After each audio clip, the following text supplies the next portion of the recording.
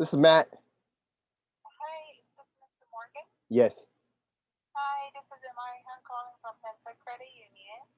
Hi, Amari. How are you? Hi, good, thank you. I'm just following up on your auto loan. It looks like everything is good to go. Have you seen the terms that you're approved for and everything? No, Ari, I haven't seen it yet, but can you do me a favor? I'm in the middle of a coaching right now, and can you send it to me via email, or can we have a conversation in about 45 minutes to an hour? Sure. Yeah, I'm gonna email this to you so you can see it. And I'll try to call you in about 45 minutes. Thank you so much. I look forward to talking to you. Absolutely. Thank you. Bye-bye. Bye-bye.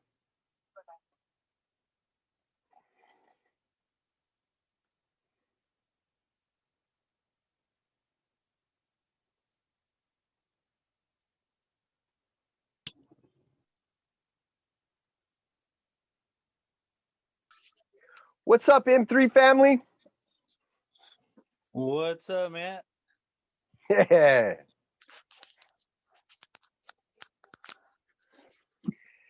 You know what? This is the first time this has ever happened on N3. I just got a huge win right now. It's actually recorded. I don't know if you guys could hear my voice. Yeah. We're just looking to. Has anybody here played Cash Flow? Robert Kiyosaki? I've heard of the game. Yeah. My man, Eric Dahlberg knows about that. You I make know some. that guy well. Yeah. Oh, man, Eric, you got to get that game. It's so awesome. It really gets you to start thinking differently than we were ever taught how to think in our, Is that you the know, cash flow quadrant? it's Cash Flow 101 is his classic game. So you're actually in an Okay. inner wheel, and in the inner wheel is called the rat race. And you can't get out of the race until your passive income goes past your expenses. And then when your passive income goes past your expenses, you get out on the fast track where the rich play, and then you start making big investments. You can't use the bank for loans at that point. You've got your own loans, your own money. You're Wow. and so it's really Oh, kind of cool, but it gets you thinking all the time in a way that we never thought anymore, right. or at least most of us weren't taught how to think. Anyway, so when we play it, I actually play it with my family, and I think it's ages 14 that they recommend to start. But my 11-year-old plays, and you know how kids are with games. Mm-hmm. He crushes us, and he totally crushed us and won the whole game the other day. And my wife and I couldn't even get out of the rat race in time for him to win the whole game, which is so cool because he's automatically thinking. He's like, "Oh, here's a three bedroom two house, for 40,000 or whatever, and it's a 40% ROI." He said, "Oh, that's not a good deal. I'll pass on that one, and I'll come to another one. Oh, I'm going to buy that stock," and he buys these stocks, and it's so funny. Anyway, so my win is literally I was just shifting some of my stuff around and for tax purposes and other things that really benefit us because I don't know if you guys know this or not, but the wealthy have a team that work on their finances. That's the way that it works, and we're not taught that. We're taught that, oh, I'm going to do it all myself. I'm going to balance my checkbook. I'm going to do my own taxes. I'm going to do my own bookkeeping. And we wind up spending one of our most valued commodities at that point, which is our time. And when you have a team working for you, it's so well worth it. If you can imagine at the end of the year, you make yourself $50,000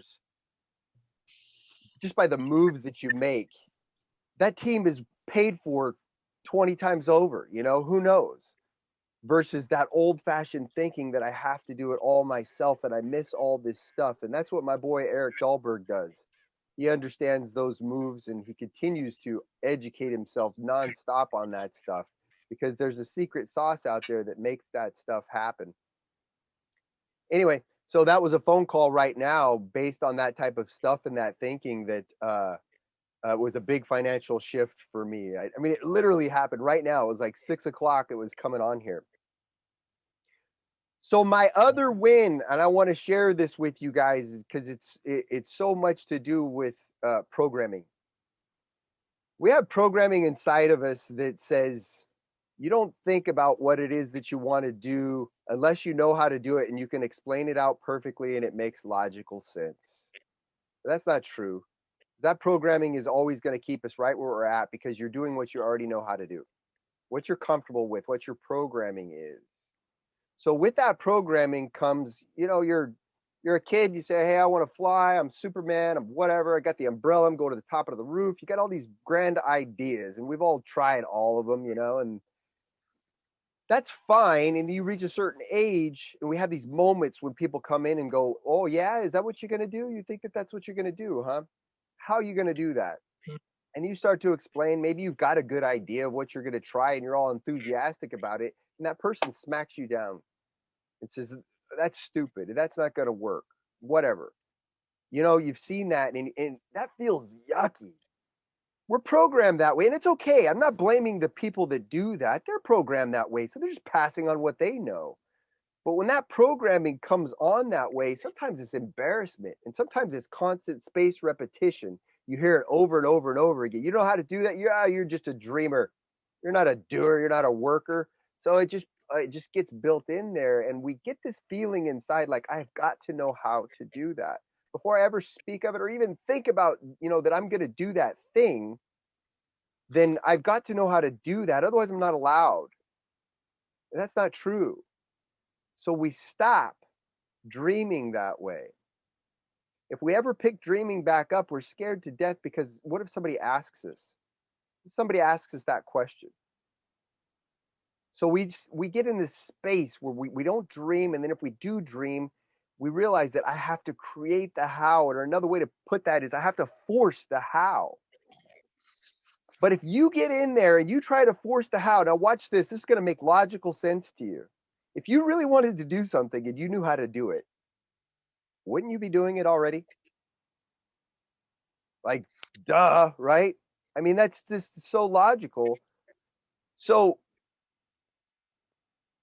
the how is something that you're not going to do. And the big shift in my mind was this: the how is something you receive.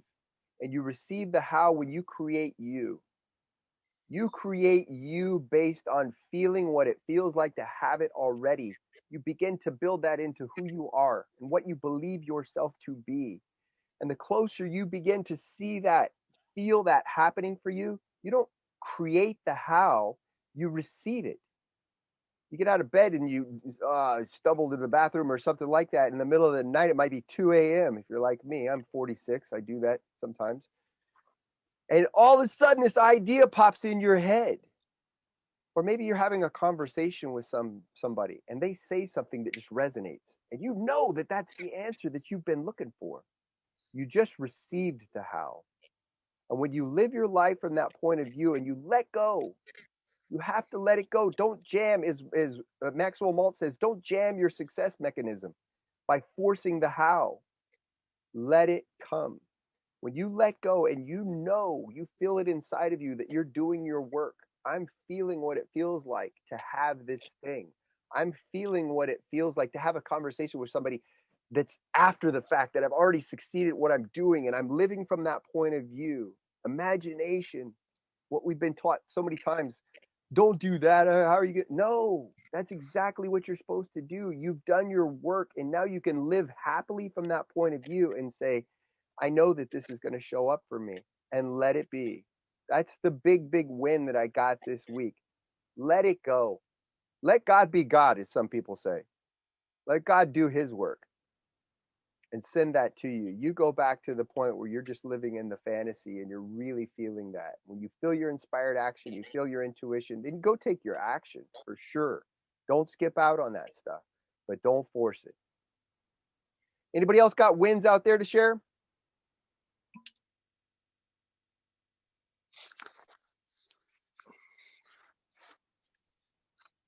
Blam. Well, I said so that. yesterday was the first lesson of those lessons that I booked with the older couple. And I was honestly nervous, as I am before every private lesson, because I don't know them and what they actually want. Like my boss told me he had a torn ACL and a bad back. So I'm sitting there like researching all these like exercises and stuff like that. And I'm like, okay, just remember what Matt said, imagine somebody that knows how to do it like perfect and can't mess up. And that's how I'm gonna go in. And turns out he like jogs every day and like works out and everything. So he's not like that fragile, and ended up being like super amazing. And they're like, oh, we want to learn to dance to this song and that song, which are like my favorite songs. And I'm like, yeah, we're gonna have a blast, and it was just like easy peasy. So I'm super stoked, so that's awesome. a small win. Isn't that's a good win? And imagine if what we're going to talk about tonight, like fear. If you would have let fear govern that situation, you would have missed out on the cool stuff, right? Yeah. Mm-hmm. I got something to say. That's an awesome win, Savannah. Go for it, Jason.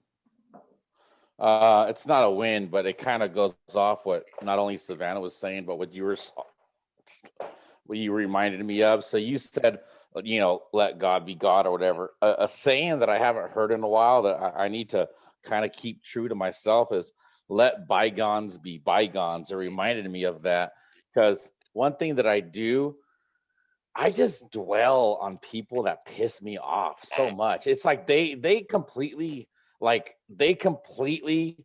consume my day. Like I get infatuated with talking about what pissed me off. You know what I mean? Yeah. It's like, why do I care? Why do I first of all, why did I get so mad? But not only that, I can't stop talking about it. I enjoy talking about things that make me mad. It's sick is what it is. No, man, it's programming. That's all that it is. But you just told me that you're aware of it, and I love that because now you see it, right? So you're able to actually now what was built in as a program, you're able to stop and go, wait, what do I want? And now that's a person can't fix it unless they that moment right there happens. What you just told me. Yeah. Right on, man. That's a good win. Anybody else out there wins? I had a good win. Yeah. Yeah, well, I had some technology issues going on earlier with my loans, and then it was getting me frustrated. And then I just kind of went, all right, well, who can I reach out to? Get reached out. I finally got someone to help me. And instead of getting pissed off and just saying, forget this, and I just said, there's a way this is going to work. It's going to all work out in the end. Just move along. Don't get upset. It's just technology. Right. But in the past, that would be a barrier to me. It would really piss me off. And I would just be like, I would literally be done for the day. Exactly what Jason just said, right? Like it consumes you. You know what? Yeah. That's a part of what I was talking about too, because I got to say, Jen's not going to be here tonight. But she said she wants a recording, so I'm going to talk about her. I'm talking good behind her back, okay? Hey, I like that saying, by the way. Hey, we were talking good behind your back the other day. So she was the one, and I've had programming in the past before, like, what do you know about this? What do you know? And I'm just as guilty as anybody for doing that, And this challenge that I was having with this financial thing that just popped up, I was kind of in that bumping up against the wall wasn't happening. I was like, wait a minute, man, I'm just going to release this. This isn't really going the way I want it to. And so I came out and I talked. I said, you know what? I got this challenge, and it's just kind of giving me a little bit of grief here is I don't know what to do. And she said in one sentence what to do. And if I would have had that programming inside of me that said, oh, this is not possible, I'm angry, I'm going to be upset about this, why is the world like this, or whatever, just what you were talking about, Eric, I wouldn't have hurt her. I would not have hurt her. But the moment she said that, I did what she said immediately, and it was the answer. It's all around us. And it's so interesting as you said, hey, I just called somebody or I knew somebody was going to be there. Your thinking is shifting. Absolutely. And then like as Jason's becoming aware, then now I've learned to stop myself. Yep. Because I still get pissed off at people. Like the other day, someone, I don't know what they did, but I went on for probably a good 30 minutes being pissed off about it. And I said, what am I wasting my time for? But It still happens to me, but it doesn't. It's not all day. It used to, believe me, I used to like let stuff linger for a long, long time. So I know what it's like. How cool is it when you think Yeah, that and you're? I think it's Go ahead, brother. I don't know how your guys' internet's doing, but mine's not doing great. But my thing was, um, I wonder, I wonder if it goes back to the adrenaline thing. Like being mad produces more adrenaline, in my opinion and experience, than being happy. From what I've noticed, and maybe it's just what I've surrounded my own life with. But to me, being mad, it generates, a quicker heartbeat than being um, happy. And another thing, the experiences that I've had and the struggles that I've had with substance abuse in the past, I'm wondering if it all ties in, man. Like I just like my heart to beat fast, Yeah, oddly enough, and anger makes my heart beat faster than happiness. it's one of the things that can definitely I cause mean, that high heart rate. I think for me, it's definitely it comes from a darker place that I got to kind of let go, because I enjoy it, and I think most people look at it as the fact that it's like what how I, as one would say, your rocks, kick your rocks or whatever. Like it's kind of what floats my boat type of thing. That's not healthy, man. Yeah, you can definitely get addicted to that stuff. You know what I mean, like a high heart rate that way. But I mean, stepping on stage in front of a bunch of people to give a speech give me a high heart rate too, or jumping out of an airplane. Whatever. We can get it from Yeah. different things, and it's definitely programming. Wherever you're receiving that feeling that you've become conditioned for, you're generally going to go from where you know how to get it best, and that's just kind of a shift and starting to find the thing where you want to get it next. And you guys are talking about the right stuff. So, and we're talking about terror barrier. We really are, and the thing's going to show up for you that's going to give you a high heart rate that's going to push you in the direction that you want to. And just know expect that to show up. So I'm going to get started right now and talk to you about this. Um, let's see here. The second most lesson for one or two, this lesson and the knowing doing gap are the ones that we talk about the most in coaching, because the moment you do what we talked about last week and what Savannah had talked about, the moment you, oh man, I gave away what next week's going to be. How you like that? So the moment you say, I've got to change my thermostat, which we know now is our self-image. By the way, this is terror barrier, IDing and avoiding the fear that will sabotage your success. If anybody set a goal and went after it in a big way on their own, this is the point where they stop, because they don't understand what fear is. You've got to ID the fear. You've got to understand what it is. So you start to say, hey, this is what I want to do, and this is who I want. This is the person who becomes that. Well, that person does things different than I do because they're getting different results. And we know that it's our actions that go out in the world that produce our results. So you got to go do something different. And that's what your self image is going to be directing. Well, I'm the person who does this. I'm the greatest coach that thinking into results and Bob Proctor's ever seen. Well, what's that guy do? Well, I'm not doing everything that he does right now because I'm not him yet. But as I step out to go do that stuff and share this information in the biggest way that I know how, I haven't done that before. So, what's the next lesson? Well, you're going to get fear. How do you overcome the fear? I just want to read this. Our internal image steers us to the results we get in life, and we can never outperform that internal image. So, yeah, we got to change it. We can do this by willpower, and that might achieve temporary changes, but they're not going to remain so long as the image stays the same. So we have to change that image. So that image is just belief, it's a feeling. Our image is like thermostat and will determine our results so precisely that we can start over completely and reproduce the exact same results down to the very minute details. It doesn't matter if it's money, job, relationships, that self image is directing that. But now you guys got the power. You're understanding I can change the way I feel about my self image. So now we step into fear. going to do things. We don't have programming inside of us that understands how to do this. So we have this empty void. We have this empty gap.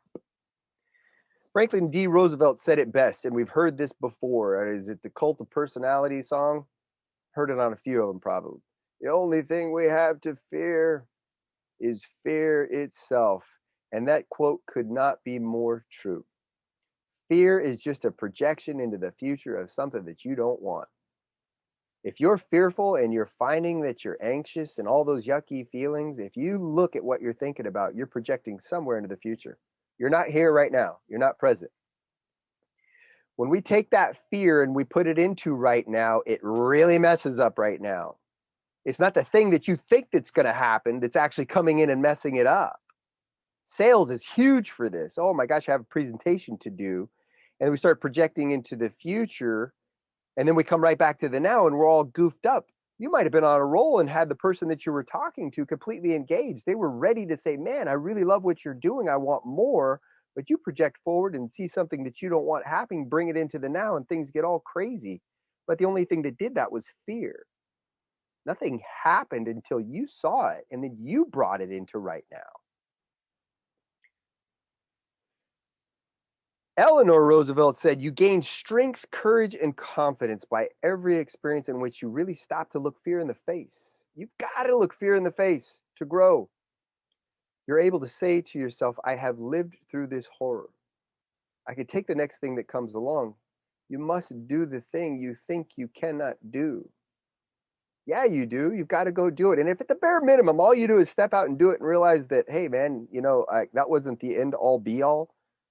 I survived that. Like I told you, I gave that speech, my very first speech when I stepped out to be a coach. I have no idea what I said, and I survived that with one thing, which was, I survived that. Now, what I'm about to share with you is a greater way to step into that and get the experience that you want, get more growth out of that. But sometimes just stepping out in a big way to do it and realizing that it wasn't the scary monster you thought it was. It wasn't the end game that you thought it was going to be. You're going to experience growth from that too. It's going to give you that courage to stand up and move forward again. Not so scary. We're going back to the stick man. Remember, our conscious, that's our senses, our higher faculties. We can accept or reject ideas, thoughts, things, whatever, right there. That's where you and I live. Our higher faculties are perception, will, imagination, memory, reason, intuition. We're only operating from there 2 to 4% of our day. We're consciously aware of what's going on. And most of the time, our awareness is just based on, keep yourself safe and maybe keep an eye out for something that, might be benefiting you. But most of the things, they're going to be your thoughts. Your conscious thoughts are going to be directed by your subconscious. Subconscious is our feeling, and that's where our habits live. That's where what we call the paradigm is. 96 to 98% of your day is coming from there.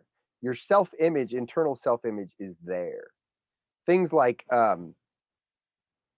anxiety and worry, doubt, and that's conscious. You're conscious, worry, doubt, but depression, anxiety, that stuff is where you're getting into subconscious. That's feeling. That's a vibration that you're sending out. Some people, by the way, are in an anxious state, just like Jason had talked about. I get my feeling of adrenaline from this. Well, some people are so used to being in an anxious state, they can't even tell you why they're in an anxious state because it's just part of their programming. You can always go back in and find it, but subconscious is the thing that we've got to change. We've got to change our beliefs. And when our beliefs change, then our conscious mind starts to recognize the world differently. We start thinking differently and acting differently. And this is no different. Once you start to understand what fear really is, you're going to treat it completely differently. And as always, our body does exactly what the mind tells it to do. It's just an instrument of mind. And 96 to 98% of that time, the part of the mind that's driving the body to do the things that it does is subconscious. That's what we've got to do. That's what we've got to learn to control.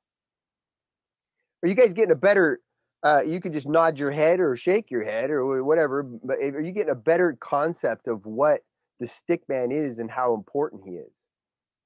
She, it, stick person. Get this correct. Here's the terror barrier. Results into thinking. When you don't have any programming inside of your subconscious that says, hey, man, we've done this before. This is no problem. What happens is that you get emotionally involved. You entertain an idea. You say, what if I would go out there and I would do this big thing?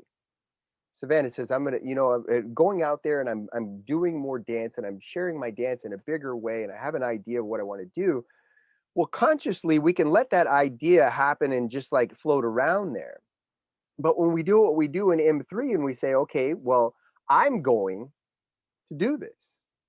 Remember, it's not am I doing this? We switch it. We're going to turn on the vibration. We're going to get the how now. We say, I am doing this. That's when you become emotionally involved with it. So what happens is that you entertain this new idea. We'll call it the why idea. And by the way, look at the first stick person. Conscious mind is X thinking, X conscious. We have X programming in our subconscious, which causes our body to go X, do X actions.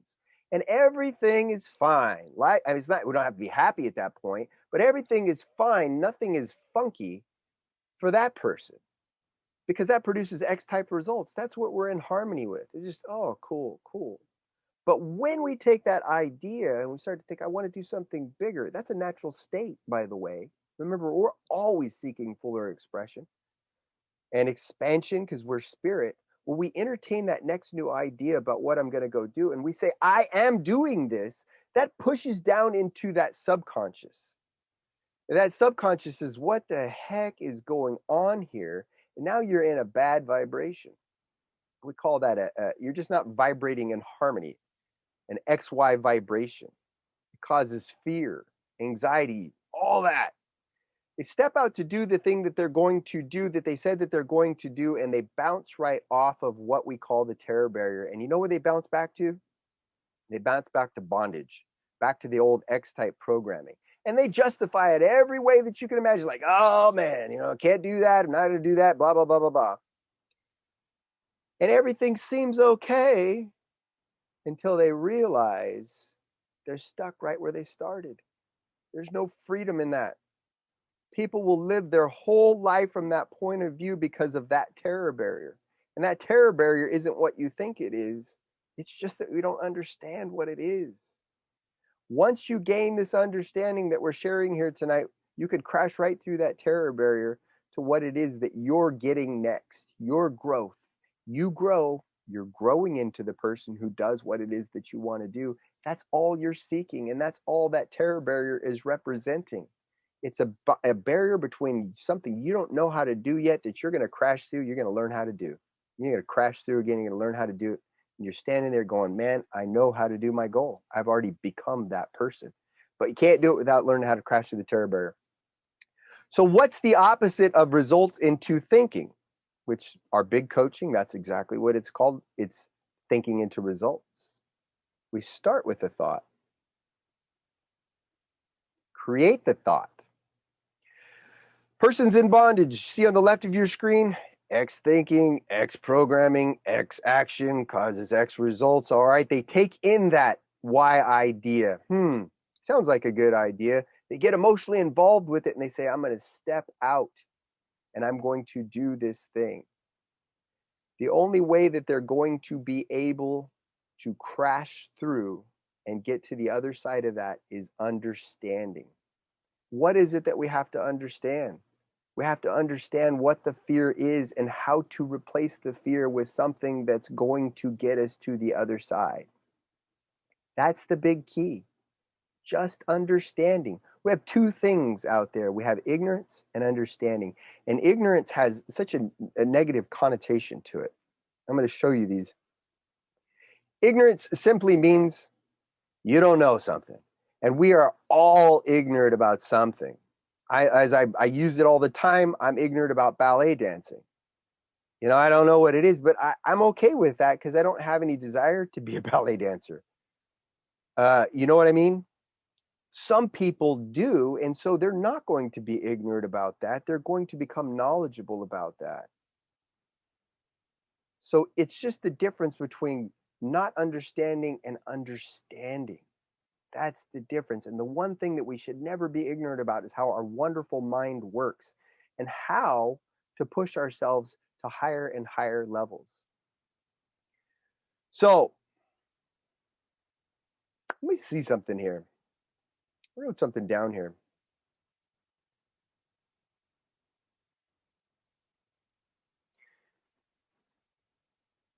I want you to know, I'll talk about it in a minute. These two are polar opposites of each other. So when we have ignorance about how our mind works, the only thing that we have thoughts about when we're starting to step out to do something that we don't know how to do, you remember that it's genetically programmed to, we're taught to look at what's wrong. We're taught to worry about things. Because remember the guy that was looking at butterflies, caveman days, and he's like, oh, this is so beautiful. He got ate by a saber-toothed tiger. So he didn't pass his genes on. And it's a funny picture. It really is. But I mean, how much more true could it be? If we're just walking around, yay. So that wasn't something genetically that got passed along, that was a natural thing to do. But then when you get into your life, so since everybody has this way of thinking, we say, if I could come up with a reason why something's not going to work first, I'm winning.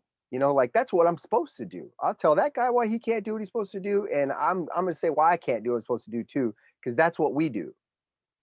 So worry, doubt, and fear are a natural state. It's something that's just programmed into us, and we have to learn to overcome that.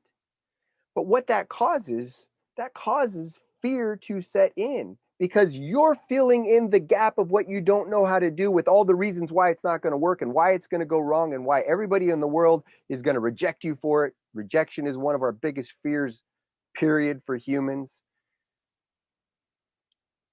Anxiety, I want you guys to know this. Anxiety is suppressed. It's not expressed. Anxiety is something that's suppressed down into the body. And when anxiety is suppressed, it actually leads to a condition we call depression, which leads to a condition we're not moving, we're not doing anything, and we weren't created for that. Depression, if it lasts long enough, I always hyphenate this word, leads to dis-ease. That's a body that's not at ease. And if a body stays that way long enough, a body will begin to break down. You can see now this tug of war that starts to happen with people who don't know how to do what's natural for them, step out and do greater and greater things in the world, and they're stuck living the life that it is that they don't really, really want. And that gap just grows and grows and grows through their life. And they reach a point where they start thinking, what, life is passing me by, and just what is this life thing about? Why it automatically causes people to feel anxiety and depression, and then disease starts to set in on a body, and the body starts to break down into disintegration. All from ignorance. We don't know how this works. Doesn't this make this stuff for M3 so powerful? So what do? We choose to be knowledgeable about what it is that we want to do. And the most important thing that you're going to be knowledgeable about always is you and how you work, understanding you.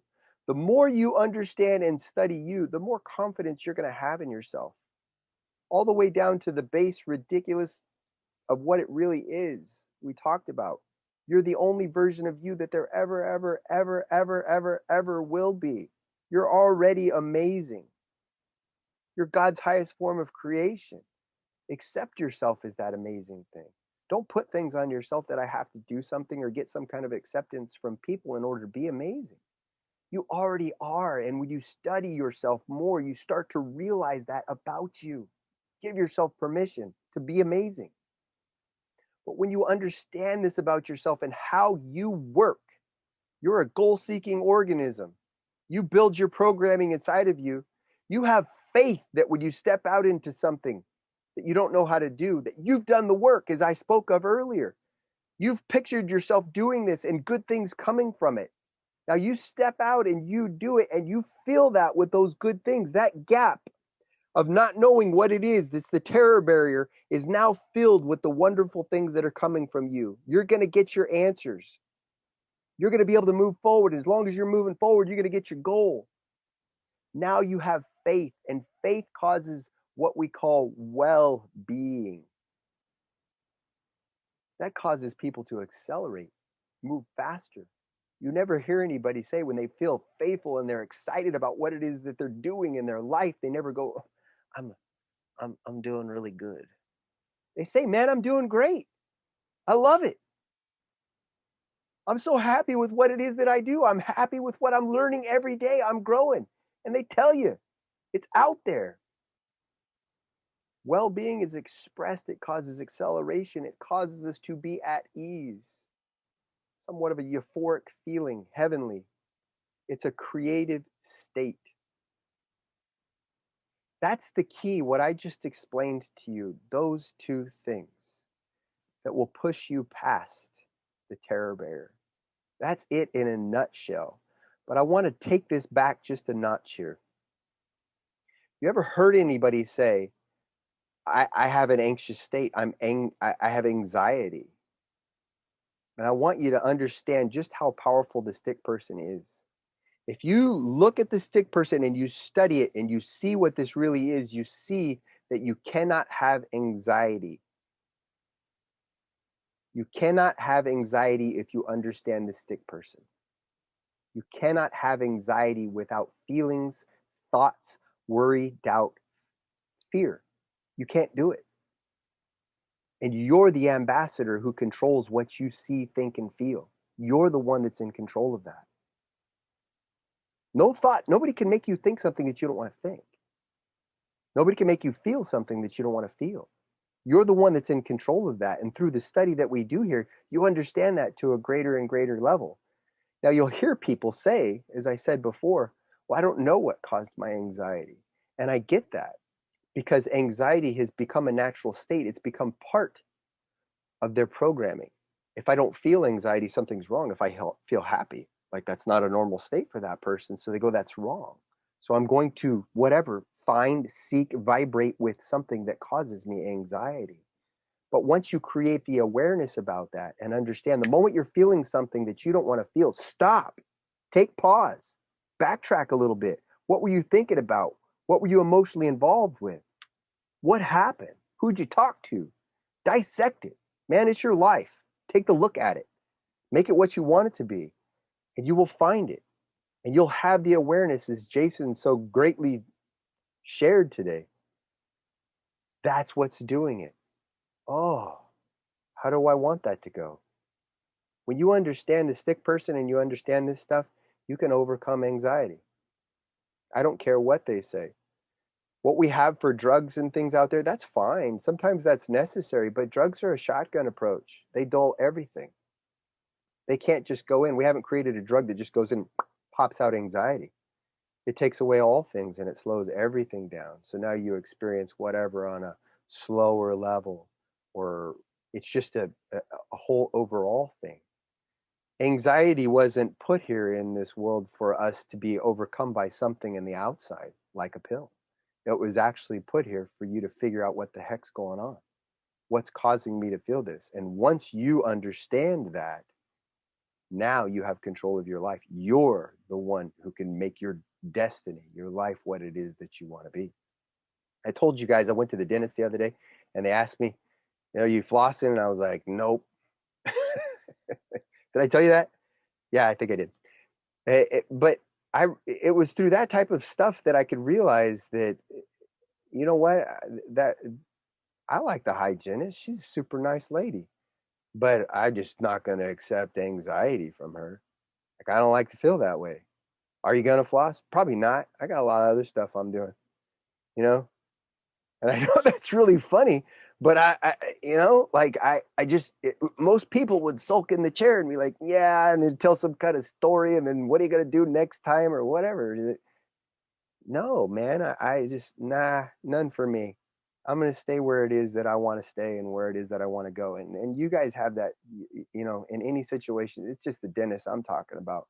But in any situation in your life, you have the ability to choose what it is that you're going to internalize and you're going to feel. Amen. Were you gonna say something, Jason? Yeah, I saved a tweet the other day that I thought was interesting because, I mean, it makes a lot of sense to me. I've struggled with this when I had a cubicle job, but it says, the human body, I think it's a sarcastic tweet, but the human body evolved over hundreds of thousands of years so you can sit at a desk in a sterile cubicle and look at fake lights in a box and pretend you don't want to kill yourself. And if you can't focus on doing that for 9 hours a day, 5 days a week, then it's called a mental disorder. In other words, we're not supposed to be able to do that. Yeah. No, that's Yeah. I love that. not being able to do that is where I find a problem. Yeah. You know what I mean? And there's But nothing wrong it's with like, it. for me, I was watching Shark Tank. Look at this. This is so. I had to go see. I see this right here. That's a fidget spinner, dude. It's the only thing that's been able to help me. It's like an adult fidget spinner that I saw on Shark Tank. I said, you know what? I'm going to buy this damn thing. The only time you see me sit still is when I'm twirling this thing in my hands. And oddly enough, it does work. But I mean, maybe we're not supposed to just be able to sit here for 10 hours and stare at a computer. You know what I mean? But I'm another case. I got to take this thing to church even, or else I can't sit still. It's ridiculous. I have a strong suspicion, Jason, that that's not what we were created for. You know, I mean, it's just kind of the way that things have come down to, and people do that. But that's why you see so much stuff popping up, and people, you know, dealing with the issues that they're dealing with. But you know, and again, it's whether or not you internalize it. Like the dentist telling me, "Are you going to get upset about this?" Like, nah, you know. So if something's not working for you, we don't have to take that on in that way that says, "Oh my gosh, something's wrong with me." No, it's not, man. Your spirit is seeking fuller expression, and it's time to start making a path toward getting that. That's all. There's nothing wrong with you. You know, you're a unique version of you. I want to share something with you right here also. So, when you've created the faith, the thing that you want to do most will show up when you need it. So even when you're about to step out and do the thing that it is that you want to do, and Savannah put this so wonderfully at the beginning, and that's what makes it such an awesome journey. Now, I'm not telling people with Terror Barrier to go out in blind faith and you know, scared as heck and just, you know, go get whatever you're expecting, which is this is going to go horrible. Even though there can be growth associated with that. Like I said, I spoke, didn't know what I said, and I realized I didn't die. But you really want to program into you what it is that you're expecting to come from that. And I'm going to tell you that that stuff shows up so amazingly. When I went up to speak, there was a room full of 40 doctors up in Yosemite, and I spoke. And it was a whole lead-in thing that happened before that, and I was really, really nervous. But when they were talking before I got there, and I mean, it was kind of words my goodness, I never heard some of them words. And it was just thing after thing and all this stuff. And I had to sit for a while before I went on. I was supposed to go on at a certain time, and I actually sat for a long while before. So I was taking all this stuff in, and I was having this conversation. It was going in and out and in and out. And then the moment I stepped up on stage, I just said, hey, you know, who out there feels like all that stuff was a lot of stuff to do? Like, that's about all I could say about it, because I couldn't even repeat some of the words that I heard. And they agreed, and I said, who feels like maybe they're not going to be able to do it? And then, you know, a lot of hands went up, and I said, well, that's what I do. I show you how to do the things that you don't think you're going to be able to do. And I didn't have that, you know, like that wasn't part of my speech. It showed up right at that moment. So then I got these doctors kind of like lean in, like, well, what the hell does this guy do? You know what I mean? And so when you're doing things the way that we talk about here at M3, that's what you're going to experience. That's what makes the journey just like, whoa, you know? That's living life on the edge. That's an adrenaline shot, you know? But it's an amazing adrenaline shot because you receive that way. And that's what we're talking about. Keep creating it inside of you. Don't just go run out and do the thing like crazy.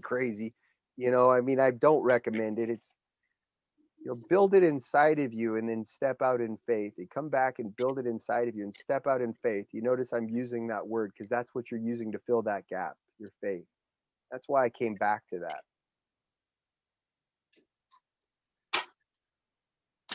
What is ignorance? I already covered this stuff. I'm so excited when I do M3. I just say it all. What are we ignorant about, really?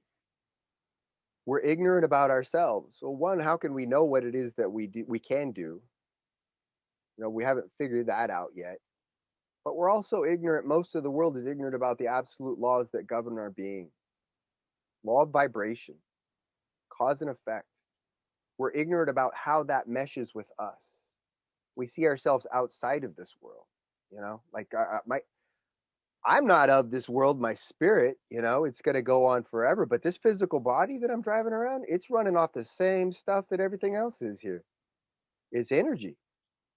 So why wouldn't it be in harmony with the laws that govern all the other energy around here? Doesn't that make it sound crazy that we think, well, that's not gonna work for me? Cause and effect. No, that's you and understanding that you're part of this world, and that's exactly the way it's gonna work for you. You're gonna go out there in the world and you're gonna send an energy out, and you're gonna get something back based on that energy. That energy is how you feel. It's going to cause you to take certain actions, and those actions are going to cause certain reactions in the world, and those are called your results. It's cause and effect, cause and effect. Same. Get down into the quantum world, look at it closely. You actually do things that we can't even explain. You think about somebody with feeling and emotion, and the next thing you know, they're sending you a text. Well, what the heck is that? Somebody you haven't seen or heard from in a long time. Bump into them in the street. Man, I was just thinking about you. Just had that happen. I mean, it feels crazy to me to even say it to you now, because it becomes just, you kind of like, yeah, I expected you to show up. Now that'll freak them out right there. Uh, my family on my father's side hadn't seen in such a long time. I mean, a long time. And we just decided out of the blue to go watch the sprint car races. I worked with the sprint car driver. And lo and behold, of all the stands and stuff that I could have sat in, I walked all the way over here, went right up this particular one, and walked right in front of this guy. I asked him, I says, "Can I sit right here?" He says, "Yeah." And I'm like, "Man, that looked like cousin Jeff." He said, I don't care anymore, obviously, from the dentist story. So I walked back up. I said, hey. I said, "You Jeff?" And he says, "Yeah." And he hadn't seen me in like 20 years. So I was like 26 last time he saw me. So I'm looking a little different. He's definitely looking way different. And it was him. It was my family. I haven't seen in so long. But that's exactly how we work. You're thinking about something and you're feeling it and you're bringing it to you. Or on the opposite end of the magnet, you're pushing it away. Johnny, you got your hand up, Johnny. Hey, brother. My wife is not here. I am so sorry. Go ahead and unmute. Go ahead and unmute, brother. My bad. I don't think I asked about your wife. Yeah, she's not here. She said you know what? She scheduled a massage and she just couldn't get out of it. No, I wanted to comment. I mean, on pretty much everything that you said tonight. I was stuck. I was stuck in that bubble, lying to myself, stuck in anxiety, telling myself every single day for years and years on end that I had a social anxiety. I grew up in foster care, like in the system, and I picked up all sorts of bad mental traits along the way. And I just, as you said, I just kept repeating those things to myself for years and years on end until that became my natural state. And I mean, it sounds odd to say it today. I called you probably about 3 to 4 weeks ago. And I was beside myself with the situations that I was dealing with. And today, everything that you're talking about right now, that's pretty much what I did. What I was going to say is I got a shock to the system. My whole life needed to be revamped, and all of these tools that you're referencing were pretty much like my instinctual options. So I just started picking away at the things I didn't want, the things that, like, I was pretty much sickened by that natural state that I had been in because it no longer belonged. It couldn't even function anymore. So I had to like pick up real fast, change everything. And that required me to reflect within myself and really ask myself, like, what do I want? Who am I? Like you were saying earlier, who am I? What do I want that to look like? Because this is not working for me. And as I did that, this past month has been unbelievable. Manifestation is 100% legitimately real. And I looked within myself, figured out what I wanted, and all those things are starting to pop up in my life. All those things are starting to become truth and reality in my life. And I mean, I can talk to you about it much more in depth at a later date, but I'm picking up what you're putting down, and thank you. Right on, brother. Thank you for that. And you bring up a valid point too, because this stuff is the same as we're talking about. We're always talking about going to get what you want, but it's the same because life will throw stuff at you. You know what I mean? And you realize that you just deal with it the same way. So when we're going after something that we want and you're facing this regularly, all of a sudden when life throws something at you, it's like you deal with it just in the same way. People think, oh, I can just get into a comfortable place. I listened to Michael Beckwith talk about this. He says, if you're just waiting for the moment, when you get to the place where it's okay and everything's all right and I can just rest, he said, we have a name for that place. It's called hell. Yeah. And he said, because there's no such thing. We're spiritual beings and we're always looking to grow.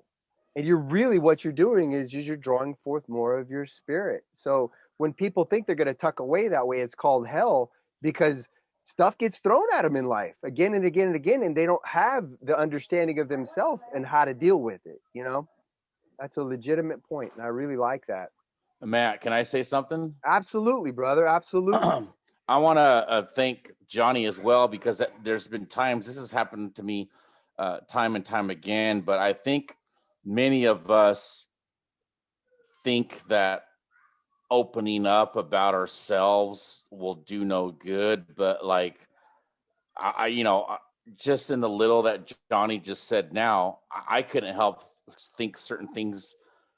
I guess what I'm trying to say is everything that we say, we have no idea the impact we're going to have on other people. You know what I mean? So I want to thank Johnny for opening up about that, because I couldn't help sit to myself like, dude, here I am crying like a woman. This poor guy's been through foster care. I know that's not what he meant, but he inspired me to shut up, dude. Life's not that bad, and I don't know anything about Johnny, and I'm sorry if I'm crossing the line, but what I'm trying to say is, we never know the impact we have on people. So I wanted to thank Johnny for, kind of speaking up and sharing a little bit about himself, because we never know, man, what we're doing to people. I remember kind of a similar story. There's this one guy who rode his bike, to go visit his kid 3 hours away, like in Turlock, and it took him all day to get there. But he was like determined. I don't know if he was having issues with the X or what, but he rode his bike to Turlock to his kid's birthday party. And I have my oldest son's in Visalia. And dude, I used to hate driving to Visalia to go pick him up. I absolutely hated it. And I told this guy, he was a bartender somewhere in town, and I told him, and he broke down in tears. I said, hey, dude, I'm glad that I heard your story, man, because you inspired me to not complain about driving to Visalia. You know what I mean? So yeah. The more we share about ourselves, the more likely we are to inspire and help other people. Isn't that true? And it's all a spectrum, you know what I mean? As bad as things may be, they can get worse. And as good as things may be, they can always get better.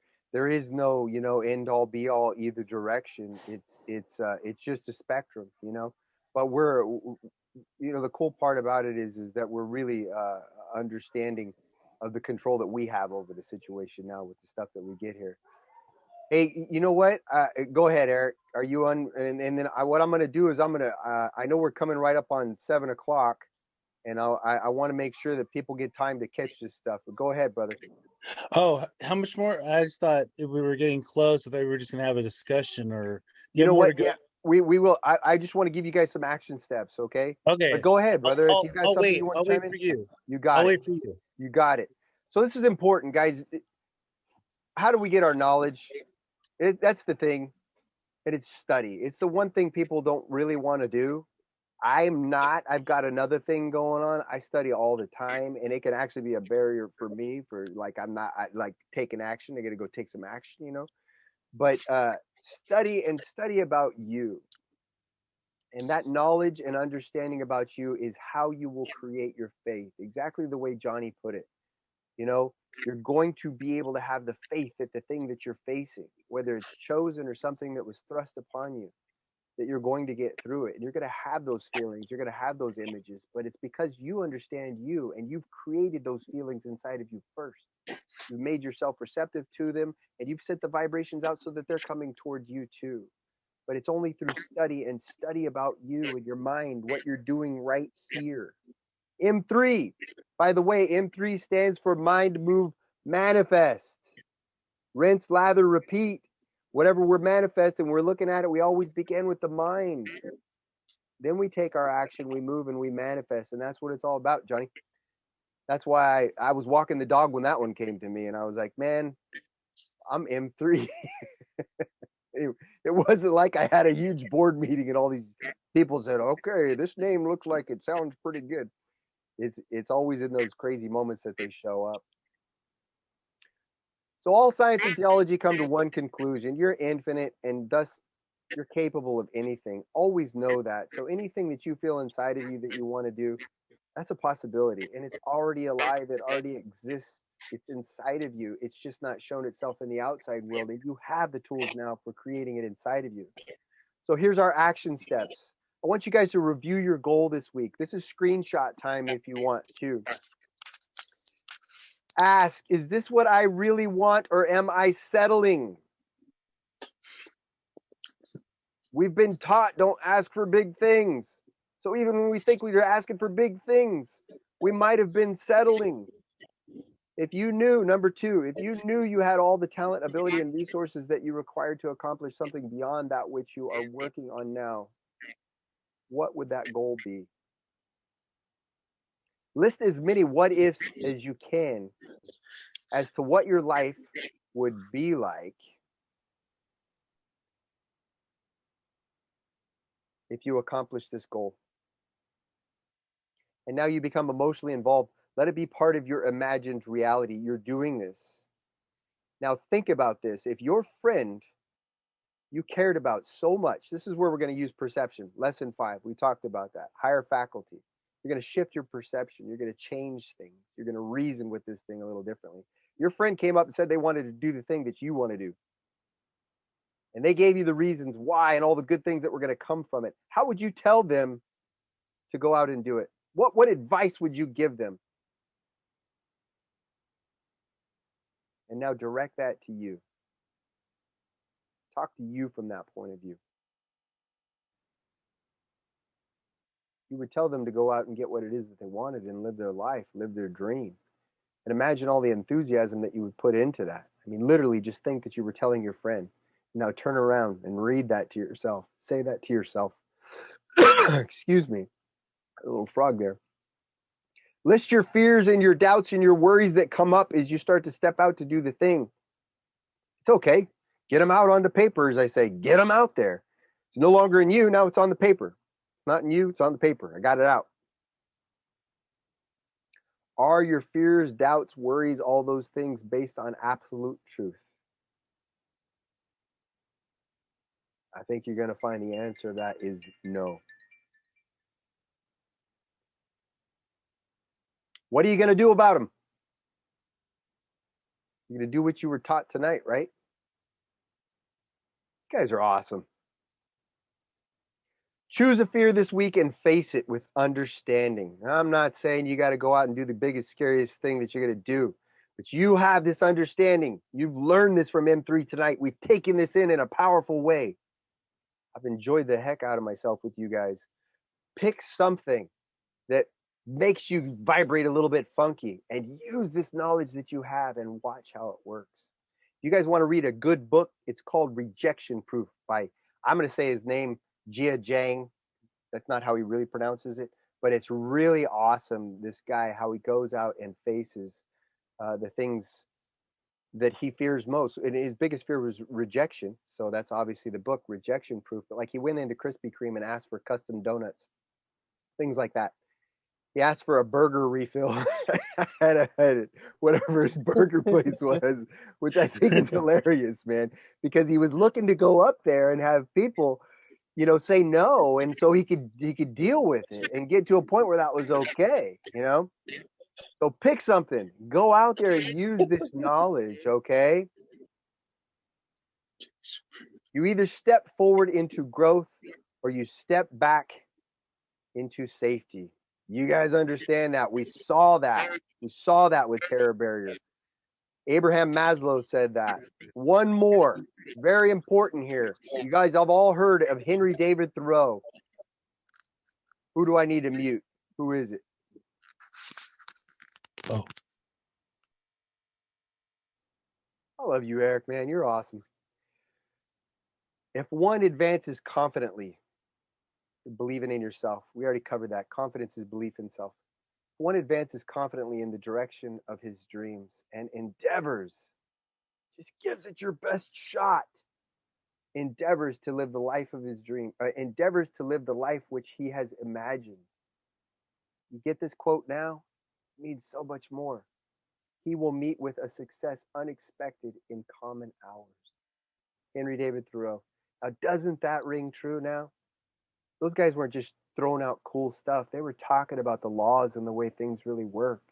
The things that they were talking about, it was like, this is it. This is why you go out and live your life that way. This is the life that you want to live. Go do it. Next week, we're going to talk about the power of praxis. Praxis is just the integration of belief with your behavior. If you don't believe it, your life shows up based on what you believe. You receive in your life based on what you believe. It's not going to happen for you. But once you believe it, your belief will actually create the fact. So how to integrate your belief, your new belief, to create the behavior that gets you what you want now. Open floor, mic drop. By the way, you guys, I want to, yes, exactly, Savannah. Boom. I want you guys to think about this. You understand the family that we are here, and you see how it resonates. You know anybody that would benefit from this? Somebody in your life that you would want to share this with, or a friend or whatever. Just recommend or just reach out to me. Send me a text. I will reach out to them. I'll have a phone call with them or whatever and bring them into M3, because the world needs to know this information. The more people that know this stuff, the better the world is, the happier people are. And we need it now more than ever. I'm done.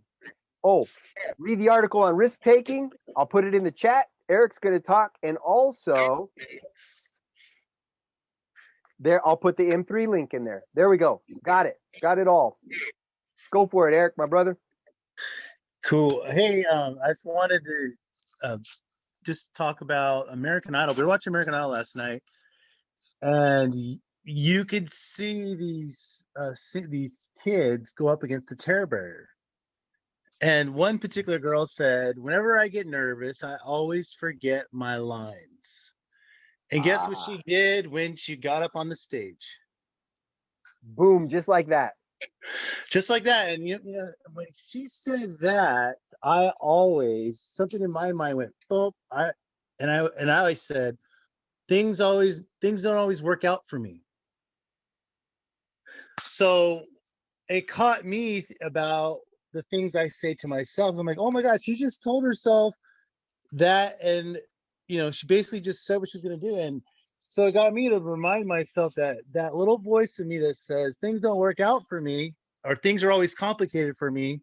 Like today, by the way, I'm a mortgage loan officer, and I'm with a new company that has different technology, and I'm learning all this on the fly. And I got 3 refinance loans I got to get in because rates are going up, so I'm all stressed out. And in my mind is things are complicated for me and things don't work out. And I'm having technology issues where it was preventing me from onboarding these loans so I can make money, basically. Mm-hmm.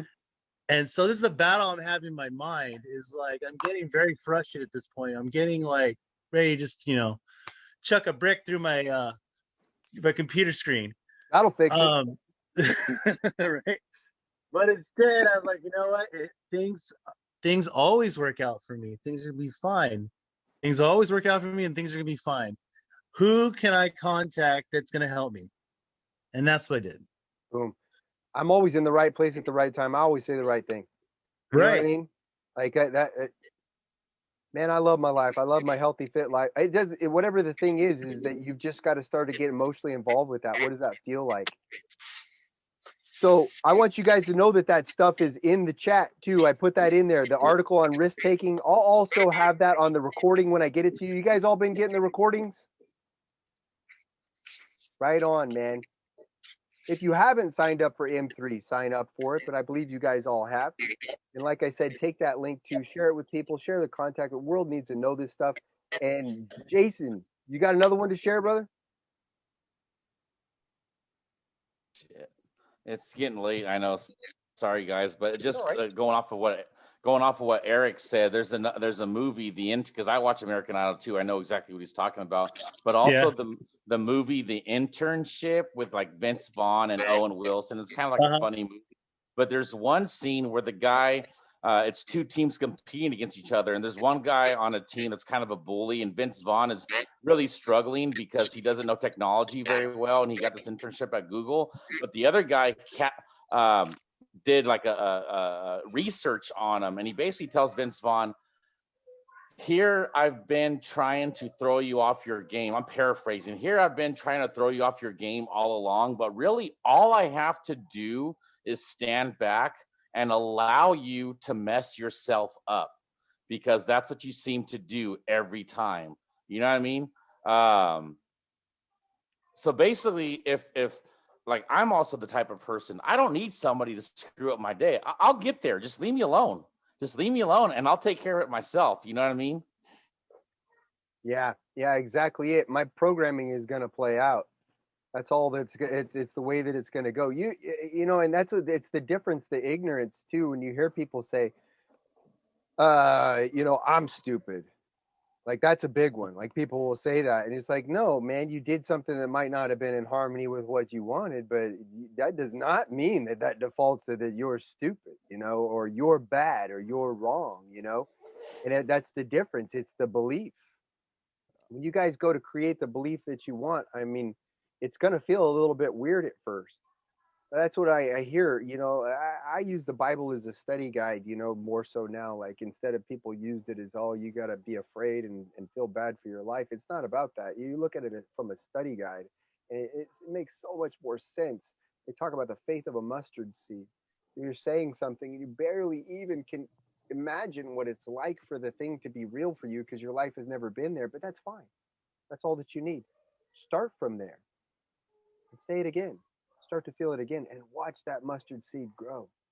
Watch that thing grow and bloom in your life. You're the one that's watering it. You're the one that's fertilizing it. You're always watering or fertilizing something in your garden.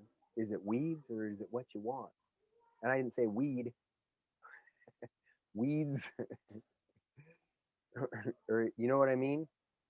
Is it what you want? Because that's what you are, and that's what your subconscious is. It's a fertile soil. It's a fertile ground. And when we say things like, I'm dumb, it doesn't work out for me, I always forget my line, you know, whatever's in there for you, is that what you want? Because you're going to manifest it. Hey, y'all. Mind, move, manifest here. I'm out. If anybody wants to share anything, going once, twice, I will see you next week. Appreciate you all. Please grab this and share it. Let's get here's what I was going to say too. Guys, I'm on YouTube. I'm sharing videos and things like that on YouTube now. And I've stepped out into a place where I've never been before. Obviously, you know my technology skills. You see that? See my thing? But I know I'm going to attract people to me that can do that. All I got to do is start throwing it out. My wife showed up, even though she didn't show up tonight. Somebody's going to come get that. But I'd love you guys to show up. I'll share some of that stuff with you too on my YouTube as I begin to make videos and share it out there too. Okay? Thank you all. We ran 10 minutes over. Look at us. Way more than 10 minutes if we're looking to quit at 40, 45. Anyway, it was an awesome night. Probably Thank best you. E3 I've had so far. Thank you. Good night. Keep being amazing, you guys.